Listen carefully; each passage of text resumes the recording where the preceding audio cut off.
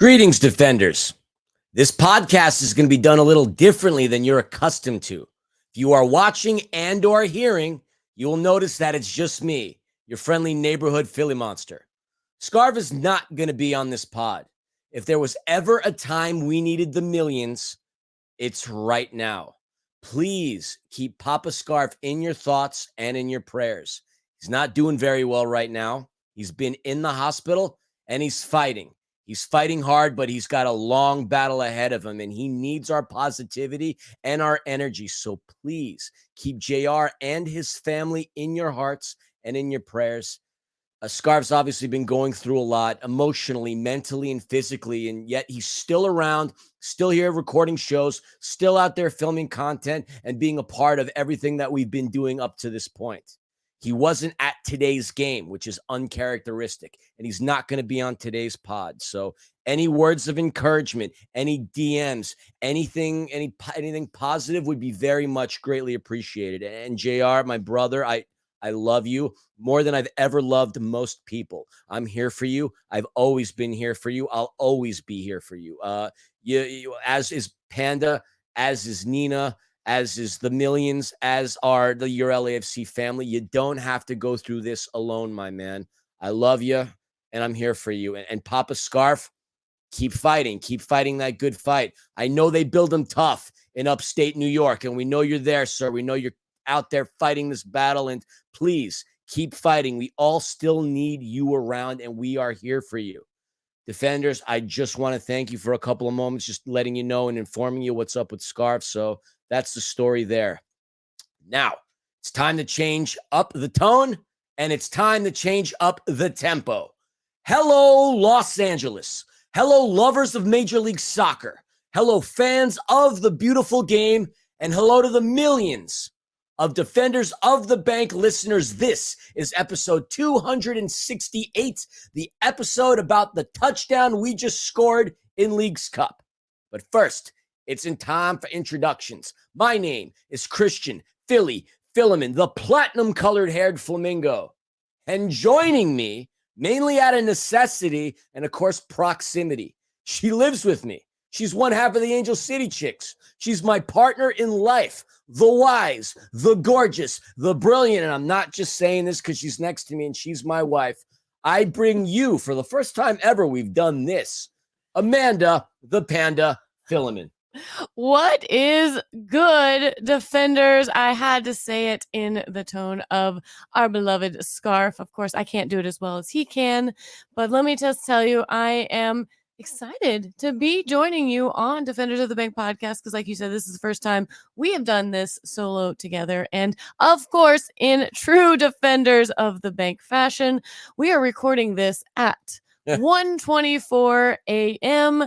So Lord only knows how this is going to go. I was not built for this, Philly. Do I call you Philly on this? Because it's really weird to me. I just want you to know. Yeah, I've never really wanted to hear, oh, Philly come out of your mouth. I just don't know. Yeah, call me Philly. It's Defenders of the Bank. It's not Striking Fury. Call me Philly. All right. Well, the good thing is I have been very, very in tune to what's been going on with the women's national team with the World Cup. So those late night games at like 1, 2, 3 o'clock in the morning, I have been watching. So I'm maybe a little more awake than I would have been prior to that. So I don't know. I'd say we figured this out. Let's just do it. Let's go. Yeah, we'll definitely figure this out. And obviously, this is a very unorthodox episode of Defenders of the Bank. And again, Scar, if you're listening to this, I love you, kid. I'm here for you. We're not going to go in and steal the thunder from the segments. It's not going to be a This Day in LAFC history or anything like that. Scarf segments are Scarf segments. But what we are going to do, obviously, is there's a lot that's happened since the last time we've all hung out. There's been a lot of news in terms of player signings. We're going to go over that. We're going to quickly touch upon our opponent for the day, FC Juarez. But if you want more background information on that, we did record a Getting to Know Our Opponent pod a couple of days ago. So you can go back and check that out. We have some really good information there. But of course, we're going to touch on a couple of things here. And then we're going to break down the beatdown of FC Juarez and then let you know what's in store and what's ahead for LAFC moving forward in this League's Cup. But Panda, first and foremost, as Scarf and I always do, a little bit of banter. Look, it's been a couple of weeks since we've been at BMO. It's been a couple of weeks since we've had anything LAFC physically in our lives. Like, how did you feel being back at BMO, the Cathedral of the Black and Gold? Like, how did it feel to be back home? Well, it always feels amazing being back at BMO. It's just our second home. We are there all the time, whether it's Angel City, LAFC, concerts, everything. I feel like I'm always there. So it did feel a little weird to not be there recently. And honestly, coming into tonight's game, I really wasn't sure how I felt. It did feel a little weird. And as we go through this podcast, we're definitely going to talk about some weird things that did happen. This is very unorthodox for so many reasons. The type of match that we were playing, the first in history. We had pitch invaders. We have, we have special guests on the podcast. There's just a lot of things that were different. We had our normal people that are in Founders Club that greet us, not the same. I mean, I think, are we even going to talk about the difficulties that certain people had getting into the section? Absolutely. I think we should. There's a lot of funny quips from our buddies, the twins, Lalo and Gaston. A lot of fun stuff happened. But if you got to BMO early, you would have noticed that Christmas Tree Lane was a bit inaccessible. And Panda, why is that? Well, there was a festival. I even forgot the name of the festival. I Googled it because I was like, I've never heard of this, but I'm also not huge into techno, electronic music, and those kinds of festivals. But I do have to say, it looks pretty cool. It looks like it's going to be a pretty big event. The fact that they have everything already set up and just kind of ready to go, and this isn't even until Saturday and Sunday, it's clearly a big deal. And I think Skrillex and Diplo and Gorgon City and a bunch of big names in the techno world are going to be there. So if you're into that kind of music, it looks like it's going to be a fantastic event, but it's certainly kind of put a little bit of a damper on our normal game day operations as far as tailgating and parking and just kind of like the overall feel of what a game normally feels like, to be honest. Yeah, I'm not into the EDM. I prefer instruments. It's just me. I was in a rock band. I spent all that time learning how to play guitar because I just thought it was cool. And no disrespect, obviously, to the DJs because they're out there killing it. Meanwhile, I'm sitting here in world famous Philip Monster Studios, which, by the way, I love. And, you're here with me, which is really cool. You and Panda and I do a podcast together, Striking Fury, the official podcast for the Empire Strikers of the Major Arena Soccer League. And we're part of their broadcast team. I'm the play-by-play guy. She's the sideline reporter. So we have worked together in the past. So hopefully the chemistry is there. And if the chemistry is not here, then what? This husband and wife team's not here preaching that black and gold dream. But yeah, that's a little bit about that. So we're gonna get really quickly into some LAFC news. A lot has transpired over the course of the past couple of weeks. Of course, that being said, like we're in the transfer window time period, which by the time you're listening to this, the transfer window has closed. So we ended up acquiring a couple of things, and I'm going to go through this list of things that have occurred since the last time we were all connected together. We acquired a 2023 international roster slot from Austin FC in exchange for $175,000 in general allocation money in 2024. That was a transaction that happened. It's always good to get GAM, maybe to buy down players off the U22 to give other opportunities for other roster spots.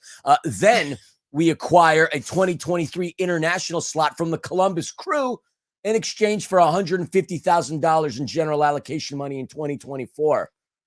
Speaking of the Columbus Crew, well, you give that little spoiler, Panda. What is LAFC and the Columbus Crew like? Why are we even talking about this right now? Well, first and foremost, this is time for the womp womp button. Just to be honest, like let's just do that.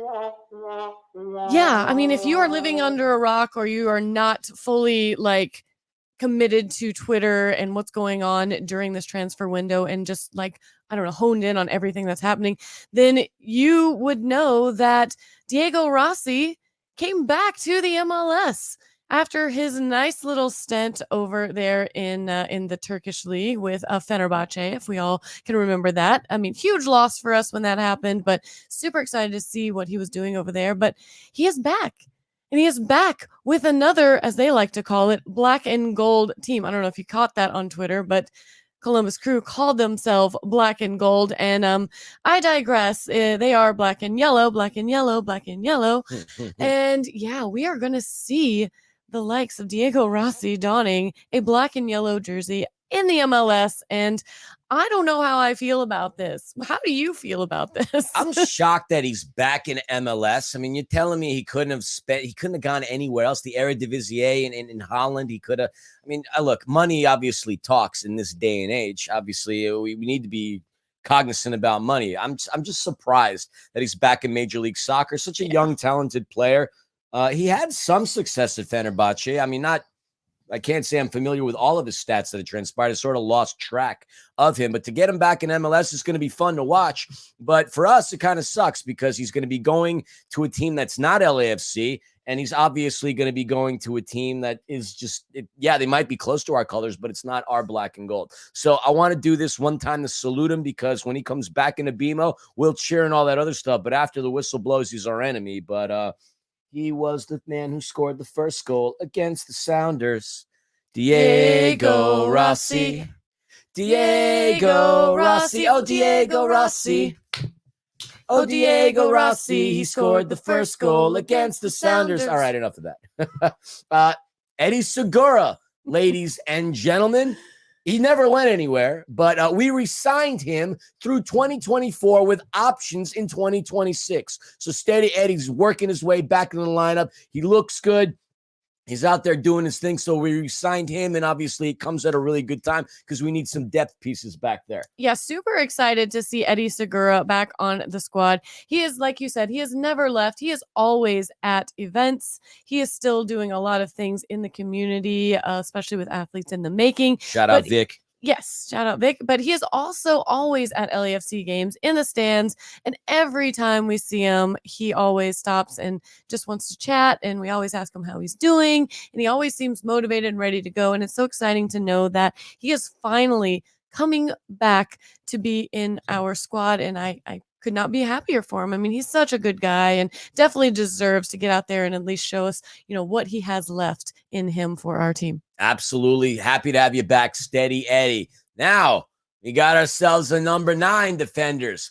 We acquired Mario Gonzalez from Sporting Club de Braga of Portugal as a TAM deal. Targeted allocation money. We still don't utilize that designated player spot. We signed him via TAM. Now, I'm not going to go out there and say I've been watching this young man play throughout the years. But from the highlight reels I see, the kid looks talented. And obviously, John Thorrington and crew do everything they can to scout and find players that would fit our system. Doesn't matter how talented they are, they need to fit our system. And here's a guy who is pretty clinical in the way he finishes. If you listen to his interview that he had, it's all on YouTube right now. He seems confident, which is also what's important. You need that out of your number 9. So we got him, and that's going to be a really good spot for our front line. Yeah. You had something, you touched my I was just my arm here.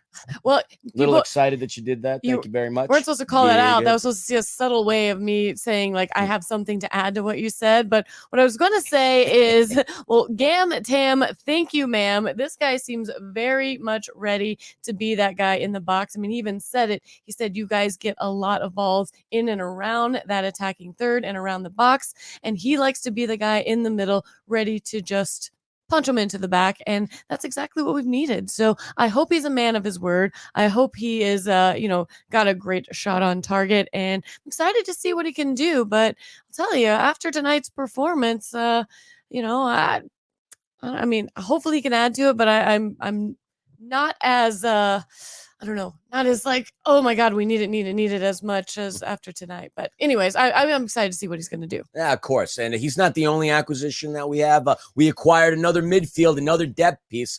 Philip Krostev on loan from Lommel SK in the Belgian Challenger Pro League. We have him till June of 2024.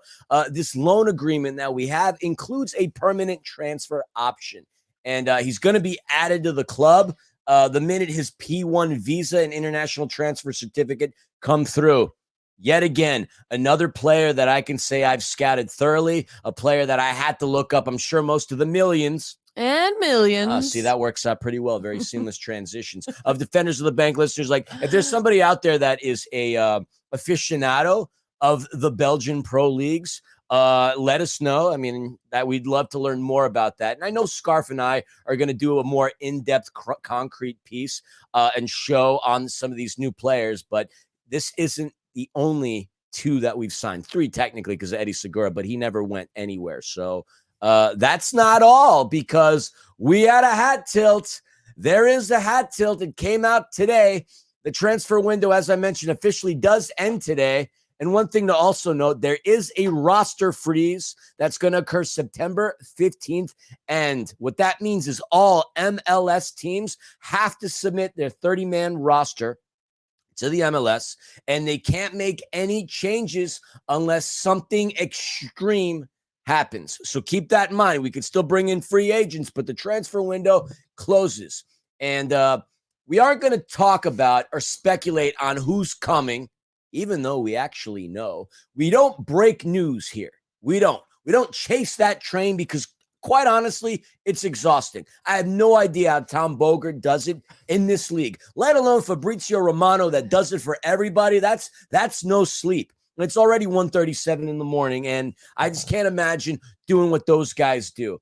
So we're not going to say anything, but I do want to dispel some of the lies that we've seen on social media about Chucky Lozano. People are saying they've seen him in LA. They say they've seen him at LAX. But I say horse poop. And why do I say horse poop, Panda?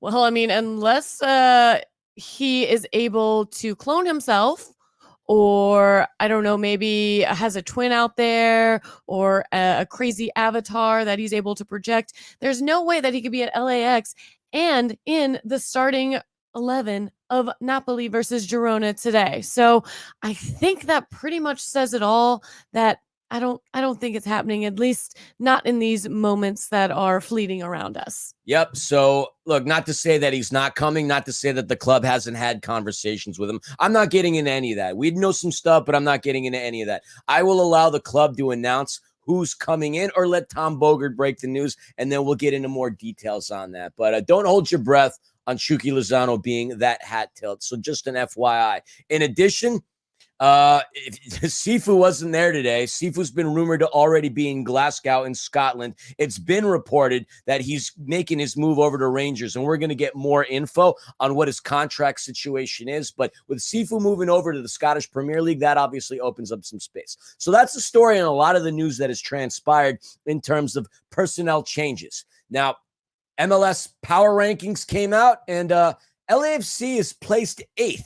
If you can believe that, behind the likes of FC Cincinnati, the Philadelphia Union, the Columbus Crew, Nashville, the Rev, St. Louis, and Seattle. We are 8th behind all of these. Really? The order, yeah, it's crazy. Really? The order I just gave you, this was in the order that I read about it on MLS or whatever periodical it was. So quite surprising that that's the case, Panda.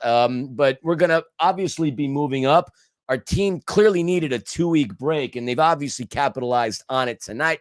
We're going to get more into that, but shocking that we are behind all of these teams, in particular St. Louis, after we absolutely thrashed them. Well, Seattle, I haven't even heard a peep from them lately. What are they even doing?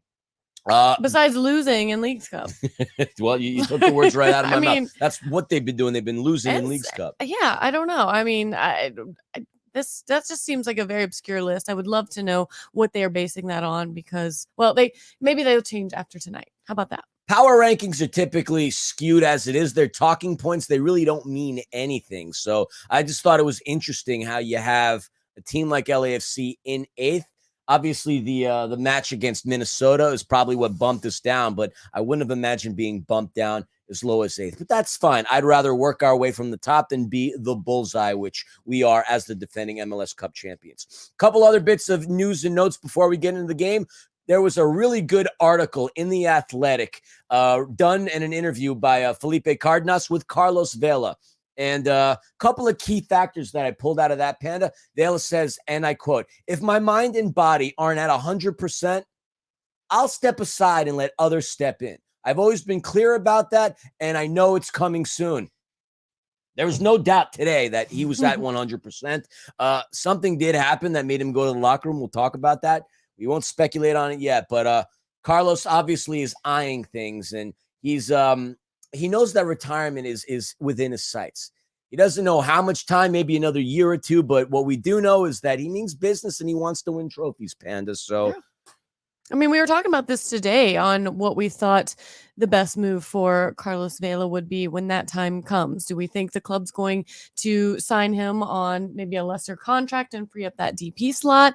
Do we think he would be open to offers in other teams around the MLS or outside of the MLS, somewhere else, Liga MX? It's hard to say. I know him and his wife love LA. So I think this just feels like the best fit for him. I think he would take a little bit of a pay cut to stay here and just kind of ride out his time here and retire from LAFC. I think we've been good to him. He's been good to us. And I think it just makes sense for that to kind of be wrapped up in a nice little bow at the end of it all. But, this game is a cruel mistress. I mean, it'll break your heart in many ways. And that would be one of them if he were to leave and go somewhere else, I think, after all this. But I don't know. Either way, tonight showed us that that time is not closer or it's not near us. It's more farther away, which I think is a good sign. I think he really wants to show us what he does have left in him. And then, I don't know. It was 2019 Carlos Vela tonight. Oh, we saw some vintage Vela, and we'll talk about that. This is an LAFC podcast, but it's still part of Major League Soccer, and we'd be remiss if we didn't bring up Messi. Now, I'm not going to talk about Messi's games as a member of Inter Miami. I'm going to talk about Messi in the sense that it applies and matters to us. If you look at our schedule, September the 3rd, Inter Miami is in town against LAFC. And the big question on most people's minds is, will Messi feature? I don't know.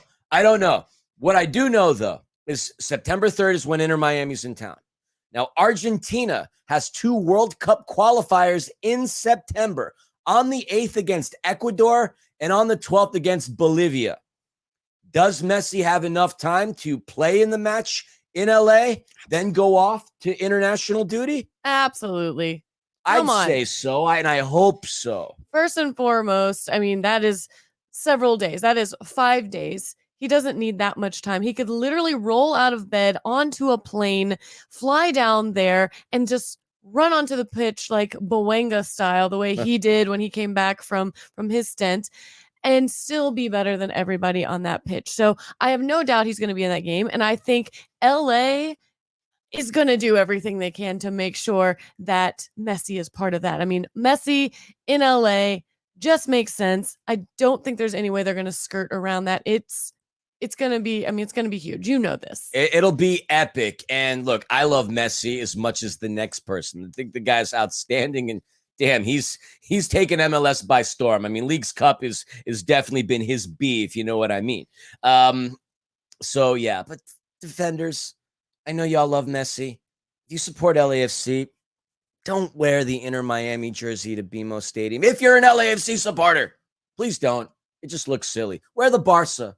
Wear the Argentina one. Actually, no, don't wear any of that stuff. This is all about the black and gold. LAFC jersey. What are you talking about? Yeah, I'm going crazy. Jesus Christ. The only time you should wear a Messi jersey is when Messi is playing anyone else other than LAFC. Fair enough. So, I'm done with that. Fine. I'm just appalled at the amount of Inter Miami Messi jerseys I'm already seeing. But hey, it's the Messi effect. That's the story. For the record, we don't even know if those are LAFC fans that are coming. These are just probably nice little looky-loo passerbys that are in LA and just want to go to a match, and I don't know, or just completely oblivious to what amazingness is actually here in LA instead. So I don't know. You know that. There's lots of people that come to these games that aren't a fan of LAFC or FC Juarez. They were just there to go to a game. So we certainly know somebody that plays in Wales that was there, and we'll talk about him later. All right, defenders.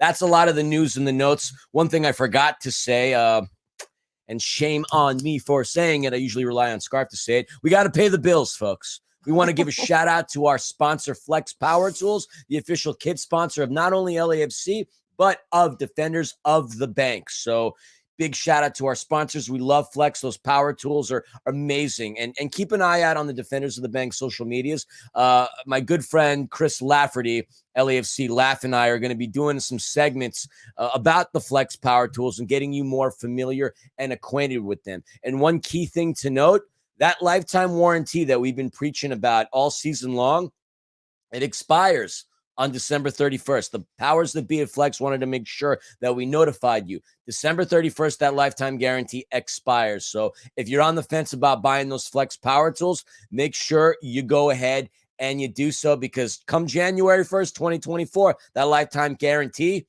goes bye-bye, much like FC Juarez did from Leagues Cup. Anyway, speaking of which, a seamless transition.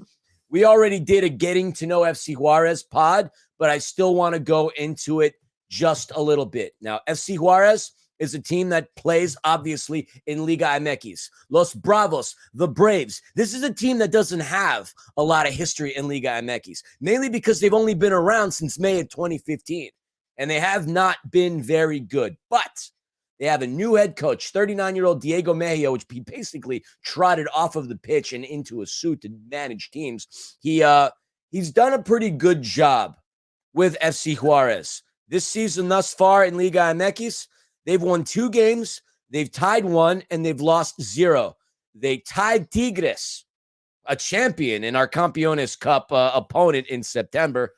Check your credit cards, by the way, because that money went out the door already into the coffers of LAFC.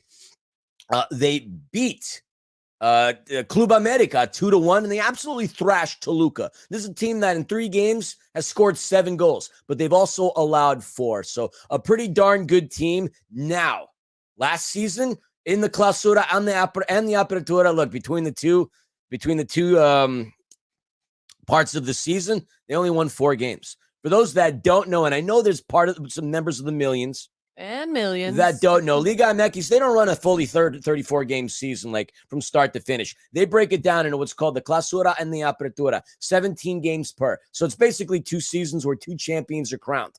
Pachuca was a recent one, and so is Tigres. Pachuca played Tigres. Tigres beat them. That's why we're playing the champion of Liga MX in the Campeones Cup. So a little bit about that. Now, Panda, Yes. We had a bye in the Leagues Cup, mainly because we did what last season? Well, we won the MLS Cup trophy. Hey, there you go. I'm going to be putting you on the spot quite a bit. Defender, she knows her stuff. She's been to more games. Are you going to quiz me?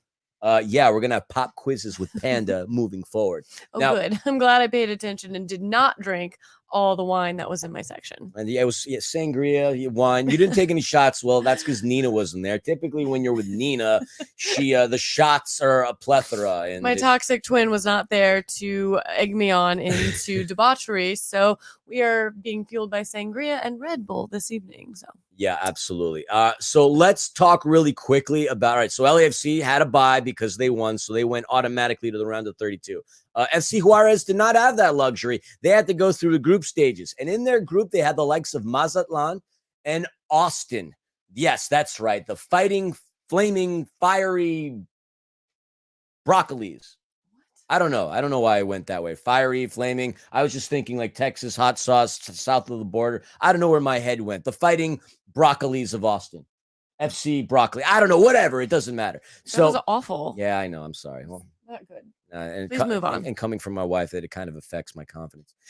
You should be used to it by now. Ooh, all right. So FC Juarez got here by way of being second in the group stage that they were in. So they had a really tough outing against Mazatlan, not scoring any goals in that game. An own goal by Mazatlan brought the game to a draw.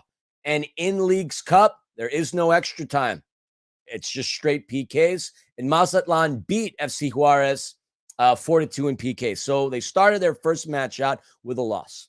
But then they turned things around and absolutely put the shebang bang on Austin 3-1.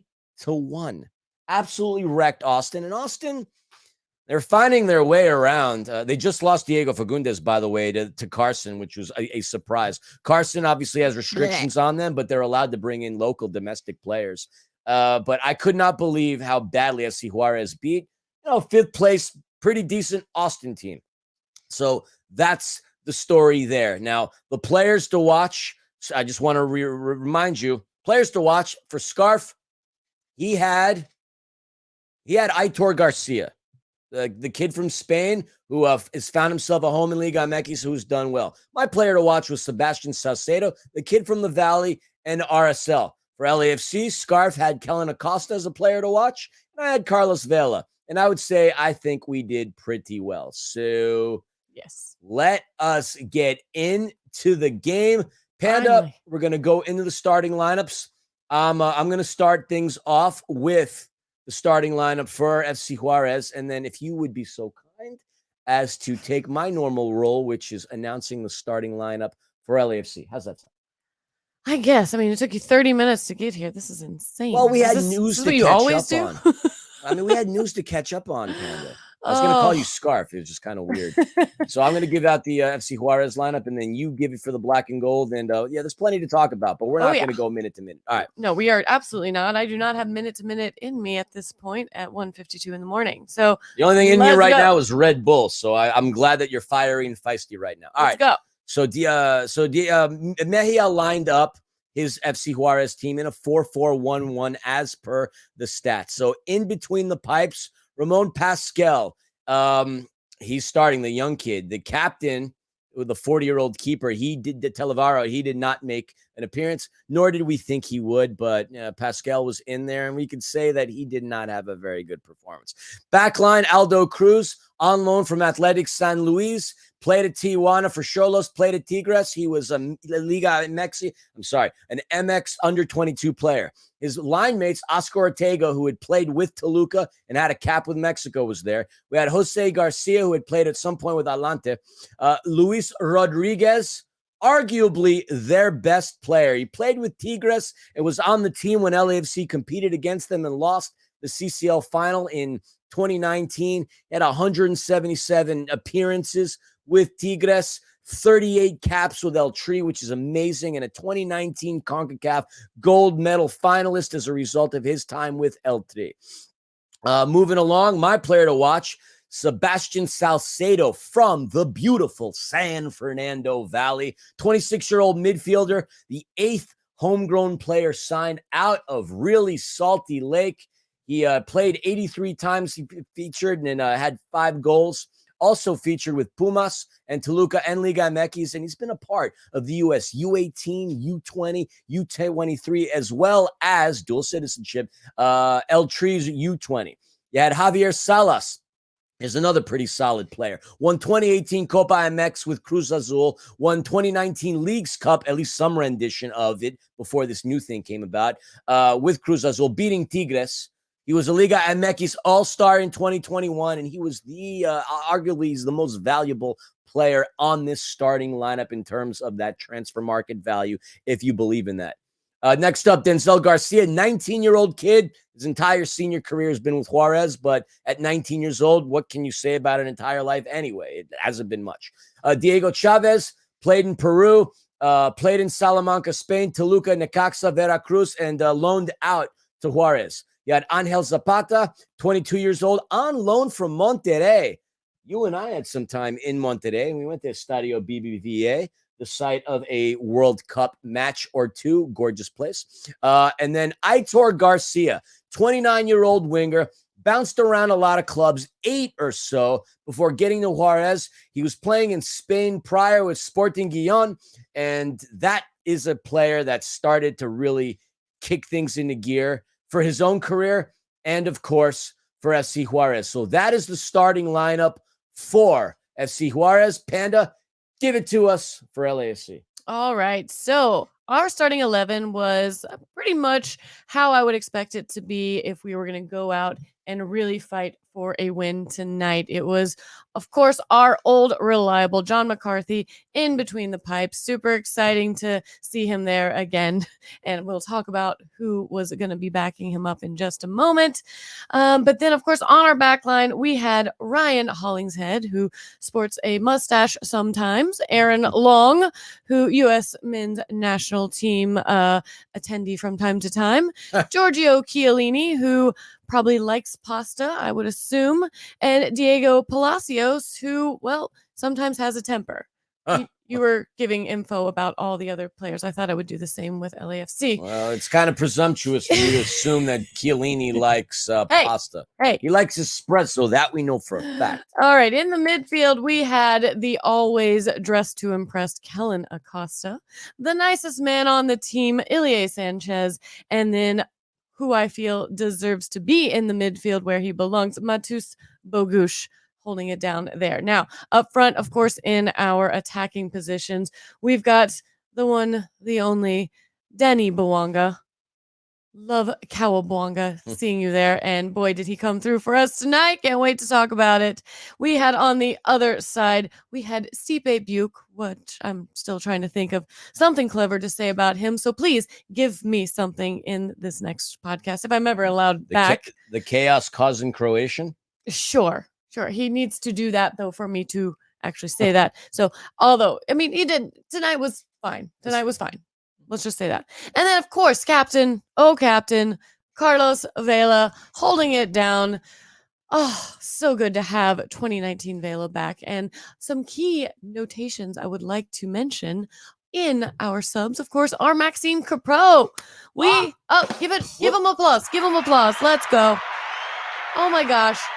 Who did not tear up just a little bit seeing his name down there as a sub?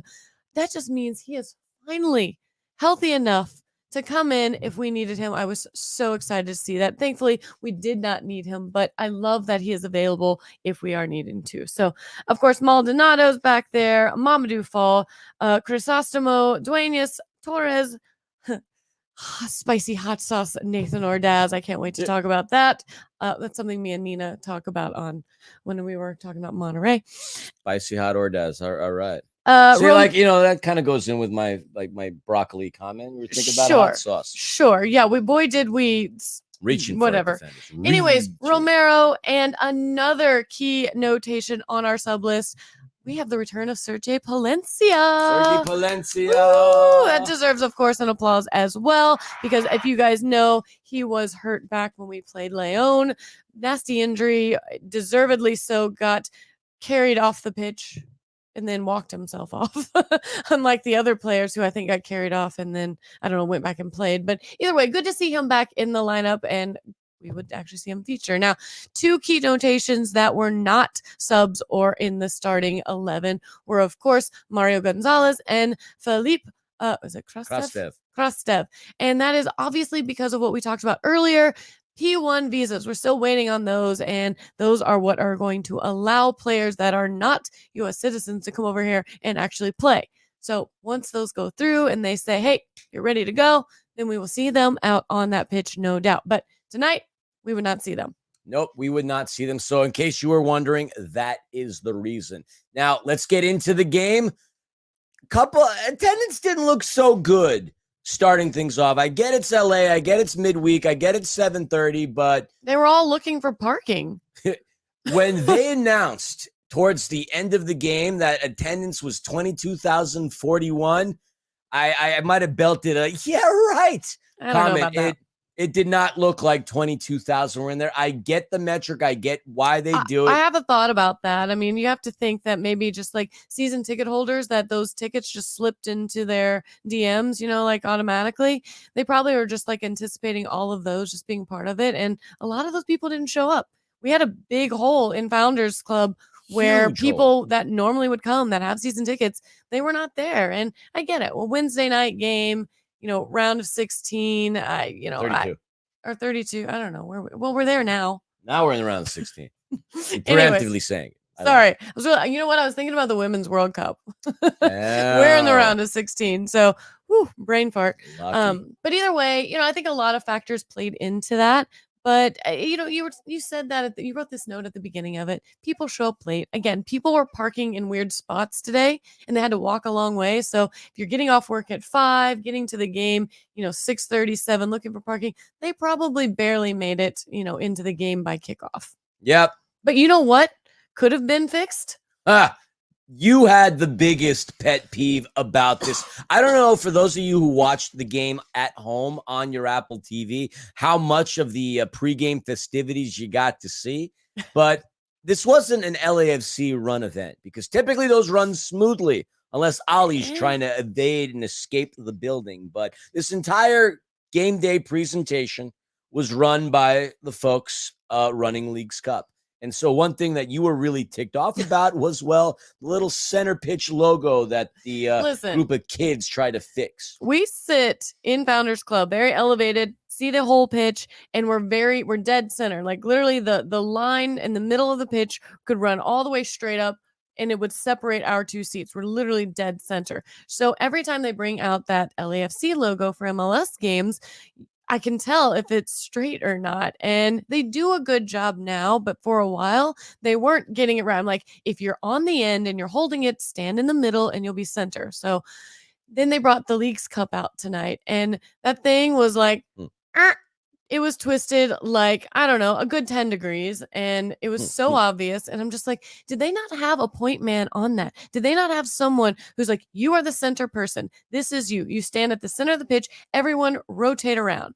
I don't know what's going on. And I saw that. I was like, oh my gosh, like, oh, I hope this is a good or like not a bad sign. I hope this is not indicative of like how wonky this game is going to go, as wonky as this center pitch like logo thing. But I know it's not a big deal, but it certainly bothered me enough to put it in the notes. Something that bothered you as the game started. So Oh. normally the pregame ritual of the flight of the Falcon is something we always look forward to. And Ali wasn't as temperamental this time around as she has been in the Thank past. God. But Ali, Ali wasn't the only bird of prey. Well, these aren't birds of prey, but it wasn't, let's put it this way, the only flying creature, I don't know what else I can say, that was on the pitch today, because for the first several minutes of this game, had a tough time focusing because, Panda, we had a pitch invader. And I'm not talking about the kind of pitch invader that runs in streaks onto the pitch. We had a pitch invader. Yeah, it was certainly not Ollie, but what I would like to dub Polly.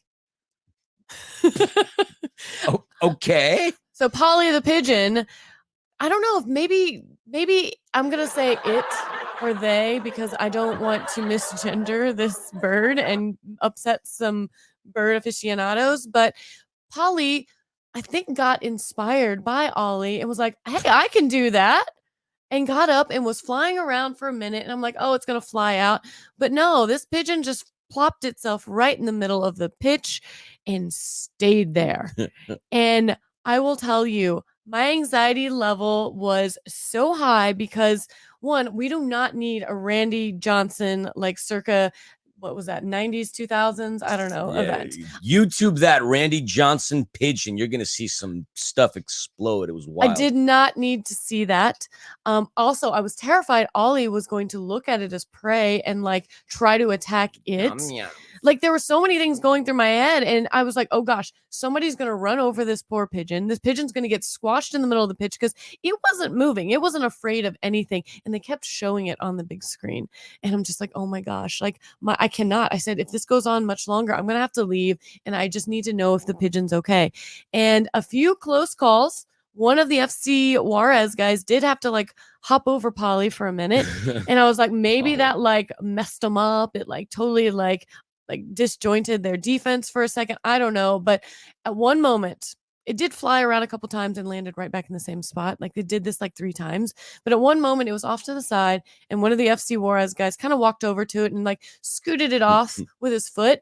And it went over and it just plopped itself right down pitch side, right in front of the sign, out of the way, happily. And it had the best view of the game the entire night. And that thing stayed there until well after Sha La La was sung. We could see it. I have pictures of it. You could see its little bird silhouette every time that the screen was a light color.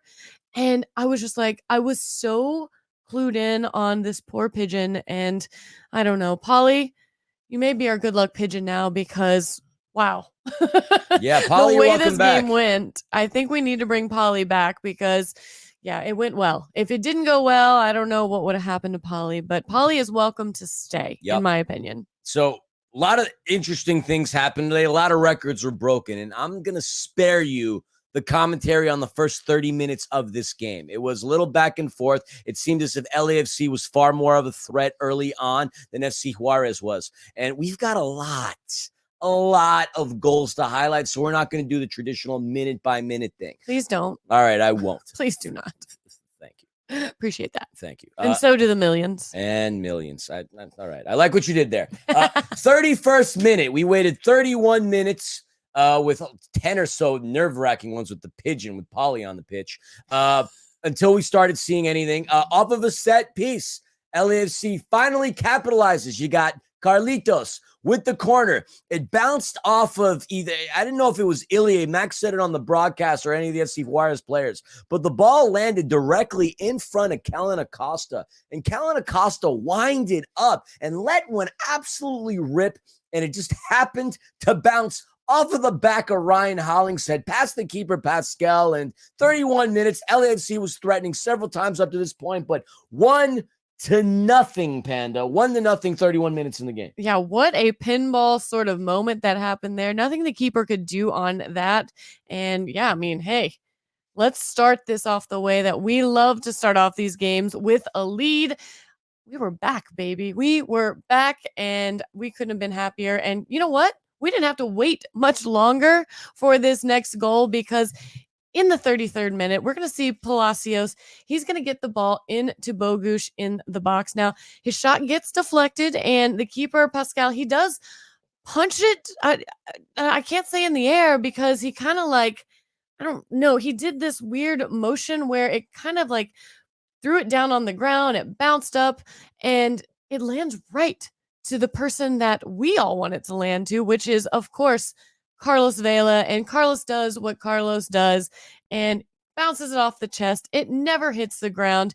He goes for the shot without a thought, and it just bounces right over into the keeper's net, who was not ready at all for that. I don't think any of us were ready for it. Did they even announce the goal at that point? I don't even know if we did, like in the 31st minute, you've got a goal scored by. I never even heard that.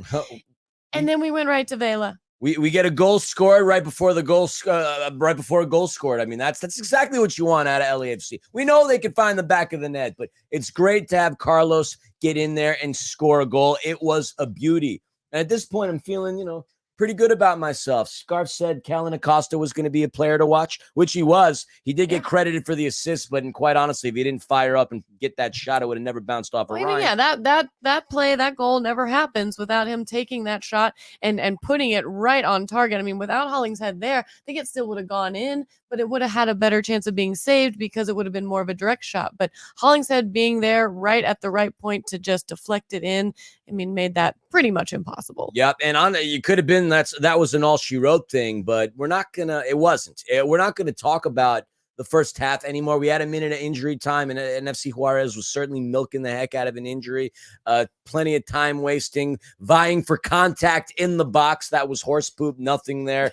I love it when people cry in the box. Can we call it pigeon poop? Yeah, we'll call it pigeon poop. That's right. Pigeon C, PCs. I don't know. No. So let me go really quickly into the stats to close out the first half. It was an LAFC dominated affair. They had 12 shots to FC Juarez's 4. They had 3 shots on target. FC Juarez had 1. LAFC scored 2 goals off of 3 shots on target, which is a phenomenal thing. They had 6 shots inside the box, 6 shots outside of the box. All of FC Juarez's shots were outside of the box, which obviously lends credence and kudos to the back line. Yes. So that was a pretty darn cool thing. So going into that locker room up 2-0, awesome. And halftime, I got to say, was a real treat for Panda and I, because we got to meet Wrexham. If you don't know what Wrexham is, it's the show. Think of the show. There's a show by Rob McElhenney and Ryan Reynolds where this is a true story. They bought a club in the National League, the 5th tier of the English football pyramid, in a town called Wrexham. And it's a story about how they built it up, and Wrexham got promoted. They won a national cup. They've been touring the United States. But anyway, we got to meet their star player, Super Paul Mullen. And Panda, he looked well despite having had a nasty incident with Manchester United's goalkeeper, Nathan Bishop, down at Snapdragon Stadium in San Diego. That incident led to a punctured lung. But Paul Mullen was certainly in good spirits today. He looked good. He wasn't able to fly anywhere because I guess you'd be able to better equip the millions with this info. But just the pressure and everything and the lungs, you just need to be fully healed. You don't want any risk of a collapsed lung in that situation. So, I mean, what better place to rehab something like that? Actually, I did mention this to him. I was like, LA is a great place to have to stay until you're, well, there's so many places that you could be that would not be great. And he's like, yeah, like North Carolina. And I guess they mentioned that because they played in, was it Charlotte FC Stadium for Chelsea? Maybe. I believe that's that where part it I was. don't know. They played in the Carolinas, and he just talked about the humidity and how hot it was. And I'm sure in Wales they are not used to that kind of weather. So again, coming to LA and getting to rehab and come to an LAFC game, that had to be quite the treat, or at least kind of helped ease a little bit of the pain that he was having from having a punctured lung and having a stupid United guy kick him when he shouldn't have. Yeah, punctured lung. I mean, he didn't even get carried off on a stretcher. He just walked off with like an oxygen mask. I mean, Paul Mullen is as tough as they get, and they build him tough where he's from. I think he's from Liverpool, if I'm not mistaken. But Super Paul Mullen, we're a fan of you. Now that we know each other, we know you're going to be a big fan of Defenders of the Bank, and you're going to listen to us for here on out going forward forever and ever. We love you. He did say that once his time in England is up within the next 4 years is what he said. He'd love to come to MLS. So, hey, John, Larry, I don't know if Super Paul Mullen could score as consistently as he can for the next couple of years. Hey, it's a thought. Let's do it. Maybe get him on targeted allocation money. Let's go. But it was fun, and he was clearly a lot happier to take a photo with Panda than me. I posted on the social media. He was, but with Panda, he's like, Whatever. Smiling. Anyways, moving on to the second half. Let's get into that because, well, that didn't take long either, did it? No, well, first and foremost, FC Juarez and Diego Mejia making a couple of substitutions. Sebastian Perez Bouquet came into the match, and here's a player who actually started a couple of the matches within League's Cup. He replaces Denzel Garcia. And then a player that Scarf and I talked about during our Getting to Know FC Juarez, Amari Escoto comes into the game, replacing Diego Chavez, and well, it didn't take long for Juarez to get into this game. A couple of minutes, and there's that guy, Escoto, we just talked about. This time off of a set piece in the 47th minute. The kid from the Valley himself, Sebastian Saucedo, there to take the corner. Corner ball gets up in the air, one bounce, and then another ball gets headed off of Salas. And then Amari Escoto was there to strike it, and this bad man marking by LAFC. That enabled this play to develop, and how Escoto was able to get that clean of a look, how the ball managed to bounce pinball off of a couple of people with no LAFC players there to break things up, puts us in a very precarious position. Now it's 2-1 in a very dangerous score.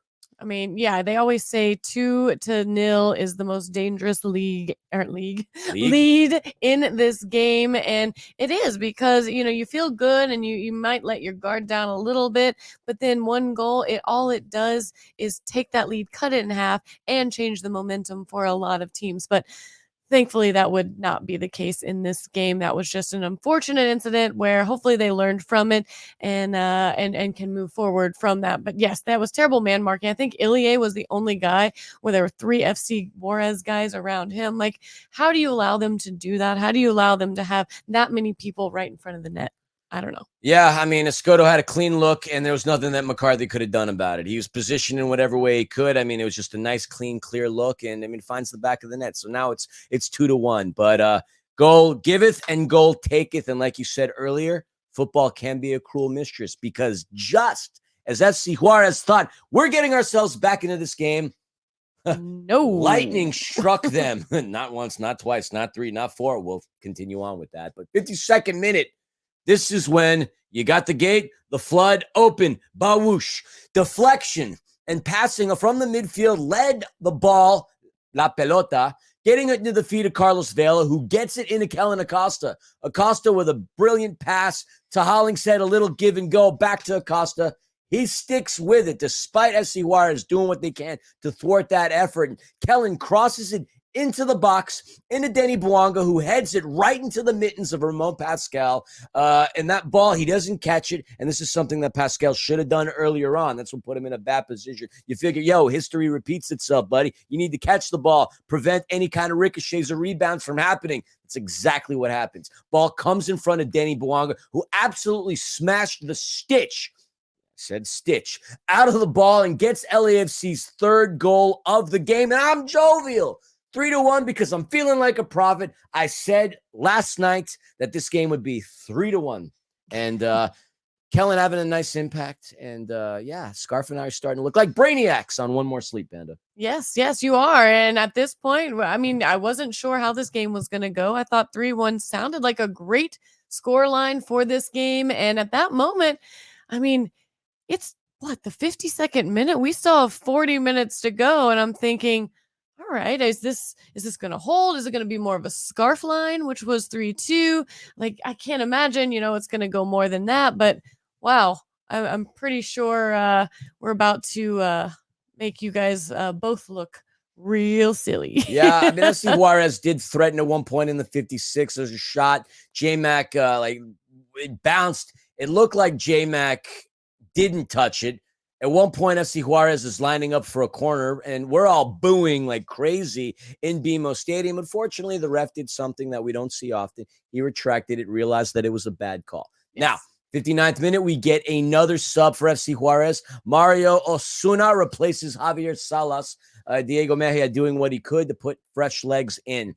And then moments later, in the 61st minute, a golazo mio from outside of the box. Yes. Fantastic ball movement and passing by LAFC. You had Hollingshead into Buke into Ilie Sanchez into Carlos, and boom, a jaw dropper. Aldo Cruz of FC Juarez trying to do what he can to make a tackle, but we had some vintage Vela vengeance time, baby. The second in the game for Carlitos and LAFC's fourth goal of the game. And as our good friend Max Brados on the broadcast said, he got it in Zona de Vela, and booyah, baby, a Carlos Vela golazo. Listen, you see shots like this every once in a while, and you don't even realize that they have gone in. I mean, I felt like the stadium took at least a good second to two to react to that, because I think our jaws just dropped and hit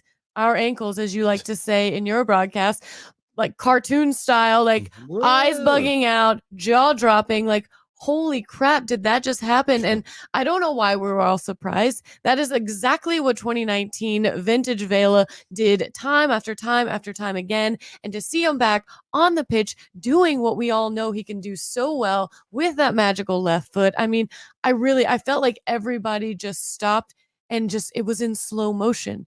It went right into the top bins. Nothing any keeper on any level is ever going to be able to save that shot. And somebody is feeling themselves right now. Let me tell you, we are now up 4-1. Messi? Until proven otherwise, as far as I'm concerned, the GOAT in Major League Soccer since 2018, Carlos Vela. I'm sorry, Carlos Vela is the man. Yeah, we could argue that there's other players that have had better seasons, but 2019, whoa, like I said, some vintage Vela vengeance in there. And I'm about to sound like an infomercial. Billy Mays here but wait, there's more. And by more, do I mean more action, Panda? I don't know. Do I mean more punishment for FC Juarez, Panda? Maybe. Do I mean more goals by Denny Bouanga, Panda? That seems like a pretty solid option. Do I mean more goals, period? I'm going to go with all of the above. All right. So before we move on, LAFC making their first substitutions right around the time that Steve kind of makes them. 64th minute, we have Daniil Maldonado replacing Giorgio Chiellini. And you said it while we were hanging out together in Founders Club. I mean, anytime Giorgio's out there, just the way he passes. He even had a shot attempt, which is uncharacteristic of him in the first half. I mean, he plays with such purpose and precision. Well, it's just such intentionality. Anytime he goes for a ball, whether it's a header or some kind of defensive play, it's like he already knows what he's going to do with that ball before he even gets to it. He doesn't just go up for a header to just try to win the ball and hope it falls to the feet of one of his teammates. He literally has such intentionality on the ball, and he knows before he even goes up for that where it's going to go or who he's going to be aiming at. And he's just so good. I mean, his soccer IQ out there is just something I don't and will never understand. But when you see it, it makes sense. You understand, like, that guy knows exactly what he's doing. He's not just an athletic mind out there. He is so smart and such a joy to watch play, and just always smiling, and he's just so nice on top of it. Like, it's not stress. Stop. Why are you all the things at once? I love me some Chiellini. All righty. So subs. I mentioned Chiellini came out, and then Stipe Buke out. In comes Eric Dueñas. So that's the subs for LAFC. And then just a couple of minutes later, I mean, the hits just keep on coming from FC Juarez. They played as valiantly as they could, but LAFC was just too much today. 66 minute, Vela gets the ball in traffic and has, a terrific freaking pass to Denny Bouanga, who's coming off on the side on an angle, and it's just him and Pascal, and we got a Bouanga Bouanga. Oh, my God. His second goal of the match. It's 5-1, and they wanted to review it. It looked like he might have been offside, but then the review... He lifted the flag. Yeah, the flag came up. The flag came up, but they played through as they should, and they didn't even technically review it. It was all in his ear. It wasn't a VAR, let me go look at it. It was they told me in the booth that it was okay and pointed goal. So it was easy. We saw it. I always play the replays back on my phone in the stands from Apple TV, which I love. That's the fantastic thing about MLS Season Pass is being able to go right back to it, because sometimes it's a little behind. So if you see something happen in the moment and you get on your phone, you get to see it happen real time again and hear what the actual announcers are saying as well. And they said, he looks onside like that's going to be, they should definitely let that goal stand. And they did. And now we have, what are we at? 5-1 now? Vela gets credit for the assist and Bouanga gets the bash. But a slightly disheartening moment and aspect occurred. Carlos Vela ended up walking back to the locker room. Don't know what it was, what happened. Was it a thigh, a hammy, a quad? I don't know. I don't speculate on things. I mean, it looked like something definitely soft tissue related in the upper leg area. So not another lower extremity thing that we would see. I'm sick of that expression. So tired of seeing lower extremity on the injury report. But it looked like something, like you said, maybe a quad, maybe a hamstring, something soft tissue related.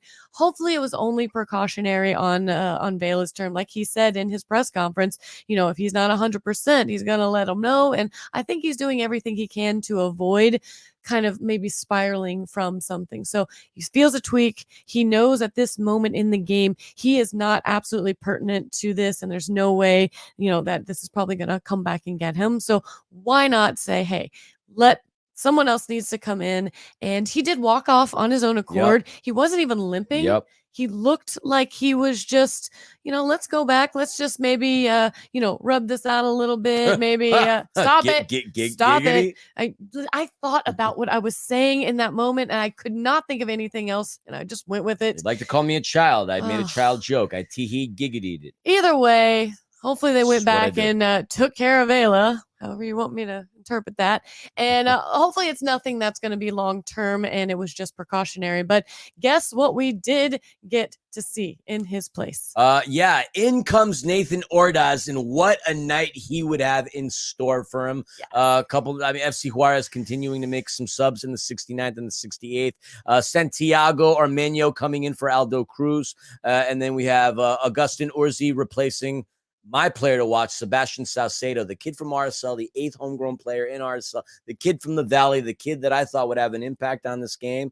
And he did actually, because, their first goal really did come off of his corner kick. So he did have an impact, but not from actually putting one in the back of the net himself. 70th minute, we had an absolutely wonderful, phenomenally fantastic save of the match by John McCarthy that came off what could have been a superbly, phenomenally, freaking fantastic attempt by Aitor Garcia. That shot that Garcia took from outside of the box. What an effing alliteration just now. I'm kind of known for those things, I guess. I don't purposely do them. Vela Vengeance vintage. You do them on purpose. I know you do. Fine. Come on. Let's just be I'm going to call you out. Maybe no one else will, but I'm going to call you out. Whatever. But anyways. The attempt by Garcia was world class. Had that gone in, nobody would have said anything, but John McCarthy gets his paws on it, making a fantastic save. He would end the match making 4 saves, not keeping the clean sheet, not even because of his fault, but what a freaking save. I mean, that was a fantastic goal. And I love it when there's an even more fantastic save behind it. So definitely got to see that. And definitely, McCarthy out there kind of like showing himself off a little, saying, I know Maxime is on the bench and I'm still the guy to be in the pipes. And I'm going to keep proving to you that I deserve to be here. And he did that definitely with that save. What is he, Super Mario? What do you mean in the pipes? Between the pipes. I mean, he's in them. It's me, Mario. Which by which by the way, is it August the 3rd? It is. You know what that means? It's been August the 3rd for almost 3 hours. What are you talking about? Jesus Christ. This is a lot longer than I anticipated. This is Come on, keep going. All right. I Let's just wanted to say I'm really excited. August 3rd, if you have Peacock, Super Mario Brothers is streaming on Peacock. I'm gonna watch that. Actually, no, we got a game to watch tomorrow. Anyways, I digress. 75th minute. I would have imagined there would have been a bigger round of applause. I guess there's plenty of people there that don't normally go there that don't know LAFC. And the reason I bring that up is because Ryan Hollingshead's about to come out of the game and in for the first time in a couple of weeks, Sergei Palencia. I'm giving you a round of applause that was missing in Founders Club. Yes. Super excited, like I said at the beginning, to see him in the game. Glad he's doing well. And it was fun. All right. Moving along, 77th minute. Dueñas feeds Chiqui Palacios. Chiqui making his moves in the box and gets fouled by former Tigres defender Luis Hernandez. And no question about the foul. I was a little worried because Chiqui looked like he was banged up a little bit, but he got up, thank God. And now we're 11 meters / 12 yards, whichever unit of measure you like to utilize, from our 6th goal. And it's Denis versus Pascal, and he absolutely crushes it for the Hattie. Hat trick Denis. Denny the Hat, Dennis the Mad Hatter, IDK. Either way, 6-1 LAFC. Denny Bouanga loves competing in these international tournaments. I mean, I feel like he continues to pile up on the hat tricks. He did so in Champions League. And that is how you take a PK. He stepped up, no games, no little stutter steps, no trying. He smashed it so hard. It didn't matter if the keeper guessed correctly. He had no chance whatsoever because that ball was on an express train into the next city by the time that guy was able to even get into the direction of that ball. It was incredible. You love to see it. Loved it. Yep, Denny with another hat trick. And at this point, 6-1 defenders, we're hovering around history. And I want to give a big defenders of the bank shout out to our friend Golden Ricky 3252. You created a post, you tagged us on it, and I love you for it because it's like our mental wavelengths connected together. Because I'm wondering this, and all of a sudden I see mentioned in your story. I'm like, yes, I love it. We had a couple of occasions where LAFC has hit the 6-goal mark, and Panda, as I take a sip of this water and as you spill that Red Bull, why don't you tell the millions the scores in the games that we're referring to that Golden Ricky 3252 went out there, researched, and posted? All right, so this is how it breaks down, and it goes from 6 goals and the less margin of victory to the most. So back on 7/18 in 2020 versus Carson during the COVID Cup, if you all remember that, we threw up 6 goals onto their we 2. Threw up? They probably threw up afterwards. We put up 6 goals to their 2, so margin of victory 4 there. And then on 7/6/2019 versus Vancouver, we put up 6 goals to their 1, so a 5-goal margin of victory. And then 9/23 of 2020, shortly after that Galaxy puking, versus Vancouver, we put up 6 goals with a 6-goal margin of victory. And then, of course, today we had another 6-goal margin of victory, but we put up a record number 7 goals. Count them 7. That is a touchdown. If you are an NFL fan, we scored a touchdown against FC Juarez. Yeah, that's what happened. Yeah, no, that's certainly what happened. Man, it's amazing how much we crap on the Vancouver Whitecaps. The White Craps. The White, yeah. We took a white crap, didn't we, on them? That is, pigeon poo. And speaking of which, did the pigeon poo on the pitch? There's your alliteration for you. Did the pigeon poo on the pitch? What happens Panda? next, Panda? Well, I guess at the 89th minute, at one point, Denny was eyeing his 4th. Pascal was way off his line as Denny nabs it, but He was able to fire it from outside the box, but it was headed out of danger by Juarez. And that was such an interesting play because there were 3 FC Juarez guys that were behind their actual keeper. And I mean, thank God they were, because it would have easily been 7 at that moment. But you know what? 6 was not going to be enough for us. We were going to make it a touchdown, like I said. And I mean, come on. I'm going to let you just tell the millions and millions how this all went down. This is a great game, and obviously we had a commanding performance by Carlos Vela, Denny Bouanga. Kellen Acosta played himself a good game, but hands down, I would say the vast majority for all of us, our favorite moment was about to happen. In the 90th minute, Aaron Long sent a ball soaring that came down and either bounced off Dueñas or an FC Juarez player. I couldn't tell.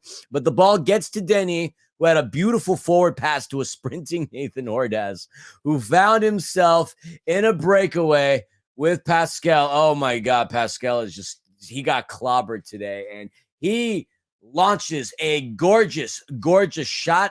I mean, a veteran of this league, let alone any league, couldn't have done it any better. Nathan Ordaz, his first goal in the League's Cup, his first goal at BMO. I mean, it was just his first goal, period, if I'm not mistaken. It was absolutely phenomenal.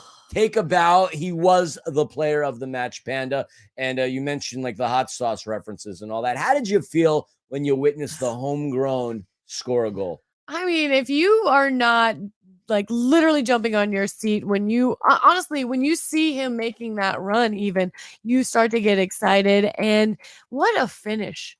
I mean, like you said, some veterans can't put that ball away in that situation. And for him to have the composure and just the wherewithal to be able to take in that moment and put it right where it needed to be to score that goal. And I mean, let's be honest, when you've got a 5-goal lead at this point, I'm sure there's not as much pressure in that moment, but I still think he would have scored it no matter what. I mean, he is just a master class on being the guy that does take chances. And I think that's why so many people like him. He is not shy on the ball at all. He goes in there, he takes chances, he gets down and dirty. Me and Nina, like we said, we call him like our little spicy hot sauce, our little sriracha. He is just so much fun to watch. And man, like, I hope we see him for a long time to come in these situations. And well-deserved man of the match. I see in the comments on Instagram people like, oh, but Denny had a hat trick. Oh, but Vela. I'm like, do you guys not understand what man of the match means? Man of the match is not stats based. Stop it. Quit it. You know what this does? This gives a kid like him a moment in the limelight, a moment for him to relish what those guys feel, whenever, they do these amazing things. It gives them a little boost of confidence. It's bigger than how many goals you score, who like performed the best of the best. Because let's be honest, if they would have walked up to Denny Bouanga and said, "You're the man of the match," him being the guy that he is, he probably would have said, "Nah, bro. Give the scarf to Ordaz. Give it to Ordaz. He deserved it. He came in. He did exactly what he was supposed to do. He wasn't on the pitch long enough to get a hat trick. He did the most with the time that he was given on the pitch and definitely deserved man of the match." So anybody out there hating on that, like, get bent. Too bad this is family friendly, because I would have some words for you. Fair enough. Nathan Ordaz does score his first goal in all competitions, and only the second LAFC academy/homegrown player to score a goal, that first being Christian Torres. And I didn't know this until I did a little bit more homework, but he's now got a goal and an assist in his last 2 games at BMO Stadium. So he's certainly starting to come into his own. A lot of fun things happened, and we got some really fun stats to go and some fun historical things to talk about. What do you think about that, bobblehead Kane? Do you want to hear some fun LAFC stats? What you're hearing, if you can't see, is bobblehead Kane. I'd rather see Hello Kitty. I'm not to say that she won't make an appearance. She might be sleeping. It is 2:35 a.m. All right, LAFC, new club record with 7 goals, which also happens to be the most by any team in the League's Cup. That previous record, 5, 5.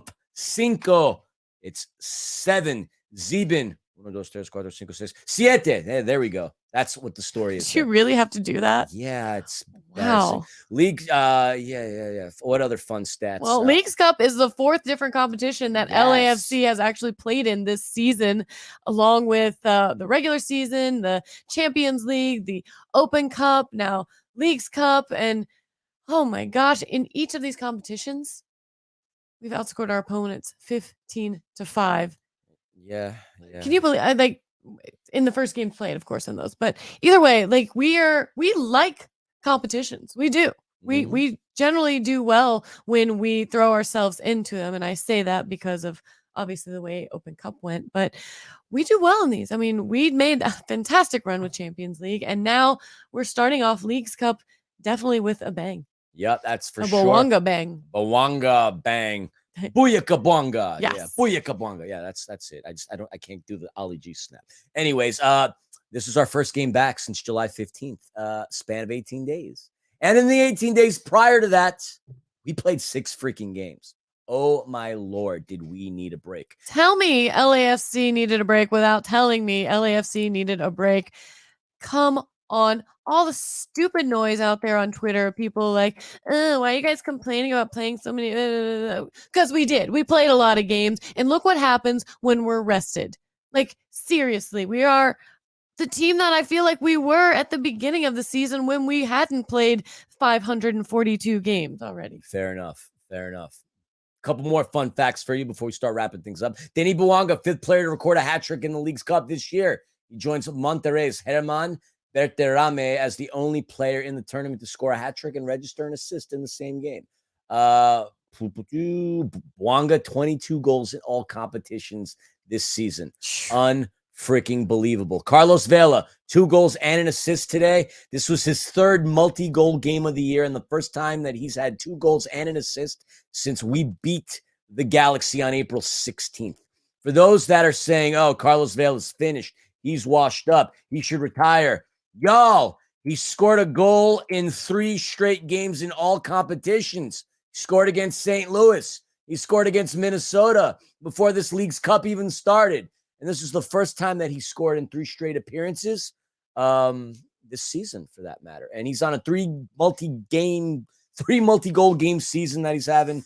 Sorry, I screwed that up. 3 multi-goal game this season. Thank you very much. Wow. Ryan Hollingshead scored that goal in the 31st minute. His only his 2nd goal of the season.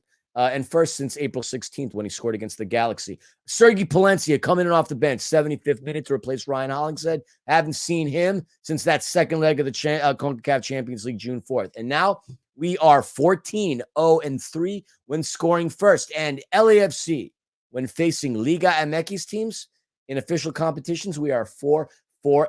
And that was a ton of stats, but a ton of things are going to happen on a day that you write history, scoring a touchdown. Panda, why don't you give us the final stats of the game? Paint that picture for us. All right. So LAFC, we had 7 goals, as we've mentioned, to FC Juarez 1. For shots, we had 20, and well, they had 18. They were trying to attack, but unfortunately, they were not making it close to target. They only had 5, where we had 10. And as far as corners go, we had 10, and they had 6. Fouls were pretty even, 22 fouls to 18. Yellow cards, 1 and 1. We split those, and thankfully, no red cards. So honestly, it was pretty evenly matched, in my opinion. And they actually had more of the possession. I think it was like 52 to like 48. But let me just a little more. I think they had 57% possession. FC Juarez. Either way, at the end of the day, it's not how long you have the balls. It's what you do with them. So if you don't do anything with them, then really, what are you even doing? So yeah, you really you got to do more than just like kick them around and be kicking around and hold on to them. You really got to put them where they belong, and that is in the back of the net. What are you? What is happening over here? I am talking. I am talking about soccer. Okay. I'm thinking about what any guy's thinking about at 2:40 in the morning. Breakfast. Sleep. Yeah, that too. Believe me, most of the time right now, I am so far into the REM sleep stage of sleep in the fetal position that this is not what I'm normally used to. So there's no telling what this brain is going to pump out at this point. Do not capitalize on that.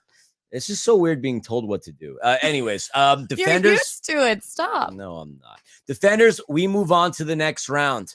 Our opponent is yet to be determined. By the time you listen to this, either you're going to be preparing for it, you are going to be awaiting it, you might already know. So we're going to play the winner of RSL and Leon. That game will be tomorrow or today. I lost track. It's August the 3rd in the year 2023. At least so it's either going to be revenge or reunion at that point. Exactly. Revenge, because it'll either be Leon, and I would love to get back some vintage Veil of Vengeance there. That would be fantastic. Or we welcome back the prodigal son, or sons, I should say, and that Chicho Arango and Danny Musovski as RSL might be our opponent. So we'll find out in, not 24 hours, like what?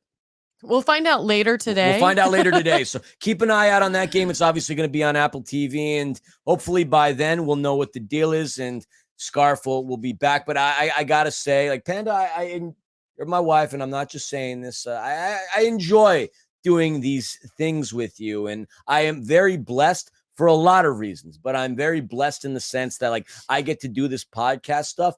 And you're a supporter of it. You're there with me. You're there next to me during the games. You're there listening on the outside of the podcast. You're producing some of them. But this is the first time, like, we've had you on Defenders, which has just been me and you rather than me, you, and Nina. And I got to tell you, I had fun. I hope you did too. Well, that was very nice of you. And the fact that it wasn't even written in your notes means it just means so much more.